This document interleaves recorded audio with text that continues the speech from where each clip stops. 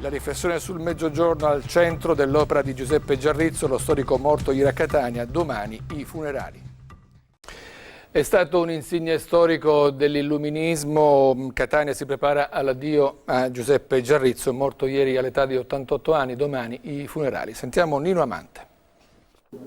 Sarà l'aula magna del monastero dei Benedettini, sede della facoltà di lettere dell'università, ad ospitare domani dalle 9 alle 12 la Camera Ardente, per l'omaggio della città a Giuseppe Giarrizzo, prima dei funerali che saranno celebrati nel pomeriggio nella Basilica di San Pietro a Riposto, dove lo storico nacque 88 anni fa.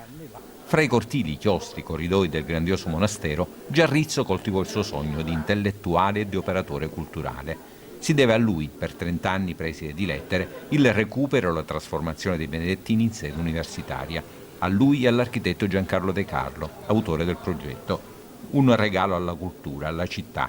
Una città, Catania, che in queste ore rende omaggio a uno dei suoi cittadini più illustri, a un protagonista della storiografia italiana degli ultimi 50 anni. Un siciliano legato a filo doppio con la cultura europea, accademico dei Lincei, intellettuale con le radici ben piantate nel pensiero meridionalista, grande innovatore nell'opera e nel pensiero. Fu anche politico nel senso più pieno del termine, come militante socialista e come vice sindaco e assessore all'urbanistica nel comune di Catania a metà degli anni '80. Un intellettuale, insomma, sempre pronto a gettarsi nella mischia con competenze e grande passione.